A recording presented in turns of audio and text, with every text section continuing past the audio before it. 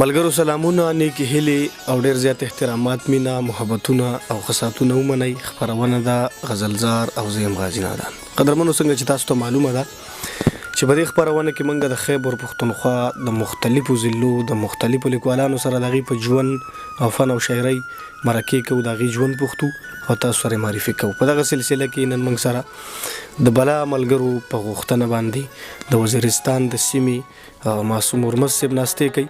د وزیرستان د سیمې د خلکو چې کوم غوښتنې وي چې تاسو د دې علاقې نه هم څوک وکړي، زه ویاړ کوم چې نن موږ سره یو داسې شخصیت ناشته چې هغه د خپل خیال او فکر حواله سره یو ډیر زبردست لیکوال دی. ښاغلی معصوم هرمز صاحب دی. په سره د دې په ژوند او فن او شاعري یو څو خبرې کوو او بیا به کلامونه هم وو.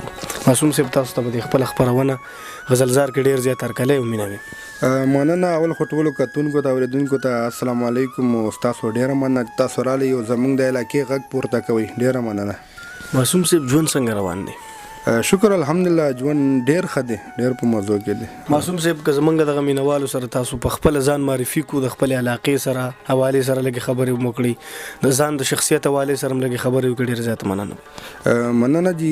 زه معصوم هرمز، زما تعلق د شمالي وزیرستان سره دی، د میرلی د سیمې سره په کوم دا وړ یم او بس لګیایو د خپل وطن د کام د پر شاعري په هڅه چې زمونه سمره کیږي، مهنت کوو، لګیایو. صحیح ده. معصوم صاحب کوم وخت چې تاسو اول شعر لیکو، شاعري طرف ته رالی، آغاز هم باقاعده کله کړو؟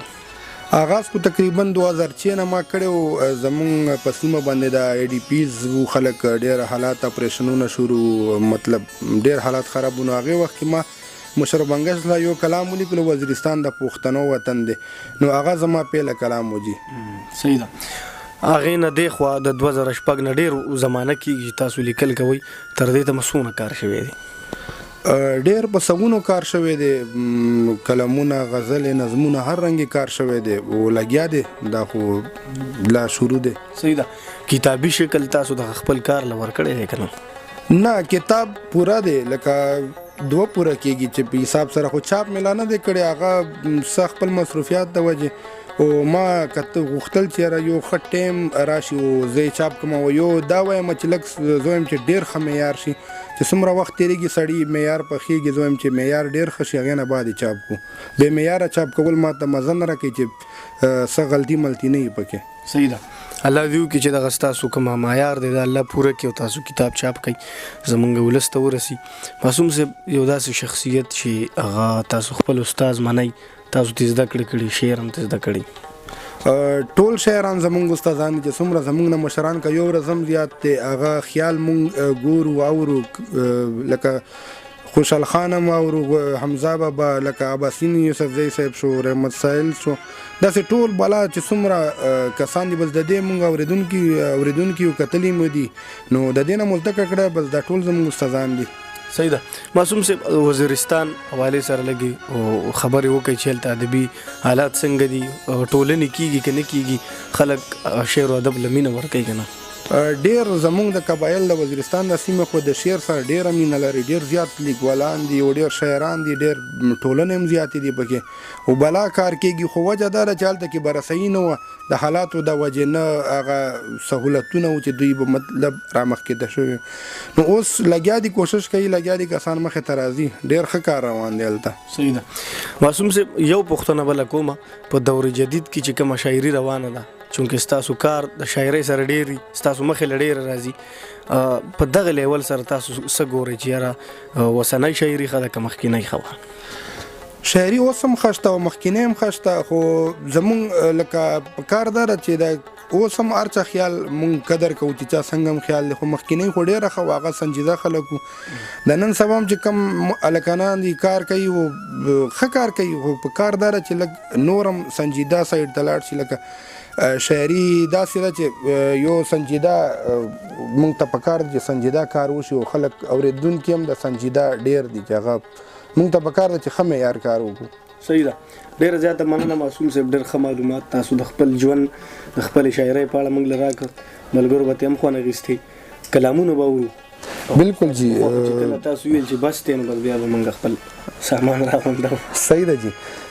کلام عزت ته وایم، 100 شعرونه دي جی، غزل دی.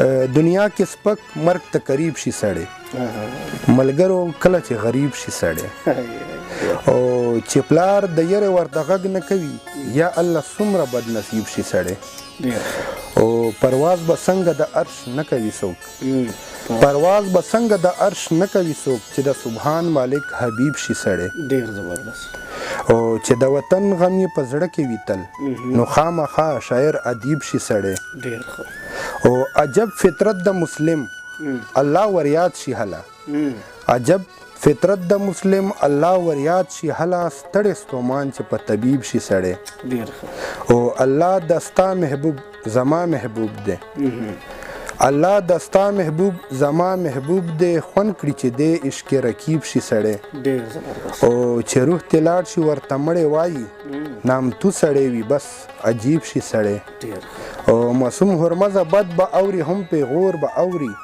چې د پښتون د کام خطیب شي سړی ډیر معصوم صاحب نور بم سوي نور به جی ووایو دته ما ویل خبره به په کور پاتې شي ما ویل خبره به په کور پاتې شي بس بیا لیدل به مې ضرور پاتې شي او لکه بچی د مرغو به ترېنه الوزي ټول زړه کوټه کې به بیا مور پاتې شي او زما د کام پیغلې ته بد مه ګوره زما د کام پیغلې ته بد مه ګوره ته به ترې لاړ شي خو پیغور پاتې شي او دولت ستا دلدل عجب دلدل دی چې څوک در پریوزي بس نسکور پاتې شي او مرګیا ډېر ځوانان نیمګړي دی کړل مرګیا ډېر ځوانان نیمګړي دی کړل بچي جاړي کور کې شور پاتې شي او خلک چې مړه شي ته دنیا پاتې شي خلک چې مړه شي ته دنیا پاتې شي پښتون داس مړ شي ورنه ګور پاتې شي او هغه سړی د ملامت ګڼي ځان چې سرتوره کور کې خور پاتې شي دا شعر به وایي هغه سړی د ملامت ګڼي ځان چې سرتوره کور کې خور پاتې شي او زویه خپل پلار لکه د زوینه زاوا زویه خپل پلار لکه د زوینه زاوا سړی چې ځوان شي پلار کمزور پاتې شي او د وطن خاورې در نظر به شمه د وطن خاورې در نظر به شمه پرېږده پتا مې چې دا پور پاتې شي او معصومه تل کوه پالنه د کام چې د پښتون په زړه انځور پاتې شي ډېر زبردست معصوم صاحب نور هم سوي غزل دی په پښتنو د تل تورتم په دنیا لکه باران په اوري غم په دنیا او یوه غلطي په انسان څه وکړي یوه غلطي په انسان څه وکړي ګنې پیدا نه و آدم په دنیا او سودا چکړې د پښتنو د وینو مشره ډیر کم شوی محترم په دنیا او خدای یو سوال دی ته خو هر څه وینې خیر دې ته خپل وکړه کرم په دنیا او مرګیه راشه ډیر نه وخته دې کړو نور کته نشم دا ستم په دنیا او یقین مې دی چې جنتی به پاسي د چا چې سر شولو قلم په دنیا اے د پښتون کما سلام دی تا ته ژوند دې کړو تیر د جهنم په دنیا او معصوم هرمزه ستا معصوم هرمز سره غمونه د وطن دی ګرانې معصوم هرمز سره غمونه د وطن دی ګرانې ورشه پیدا کبل سنم په دنیا ډیر یو کلام بل مور معصوم سي څو شعرونه پاتې څلور ته وایم ضمیر یوي مړ شوی لننګو پته وځي ضمیر یوي مړ شوی لننګو پته وځي کم سړی چې د پښتو له غیرته وځي د مسافر د بېوسۍ پوښتنه ما نه کوئ د مسافر د بېوسۍ پوښتنه ما نه کوئ په نیمه شپه چې د خپل کوره د غربته وځي او لاس کې تسبیح په خوله خندا زړه کې چې بغض لري شیخه ضرور به ستا دعا له برکته وځي او معصومه خوري به یې لیوان په نظر د هوس معصومه خوري به یې لیوان په نظر د هوس چې کومه پیغله تر بازاره بې حجته وځي ډېر ښه معصوم صاحب ډېره زیاته مننه په اخیره کې که څه پیغام لرئ ولس ته ټولو ته پښتنو ته دا زما وینا ده چې د خپل قام د خپل پښتو د خپل چاپېرچل د خپلو خویندو میندو پلار د دې خدمت کوئ، د خپل قام خدمت کوئ، ټول د ګاونډ خدمت کوئ، ښه وخت تېروئ چې دنیا ته یاد وي. ډېره مننه غازي صاحب. قدرمنو دا موږ سره د وزیرستان د سیمې معصوم هرمز صاحب تاسو واورېدو د دې شعرونه او د دې اخري پیغام انتهایی د ستاینې وړو. الله دې وکړي چې دا مرکه هم ستاسو خوښ شي. زما سره معصوم هرمز صاحب او منصور صافي صاحب په دعاګانو کې یاد ساتئ. آباد او خاد اوسئ.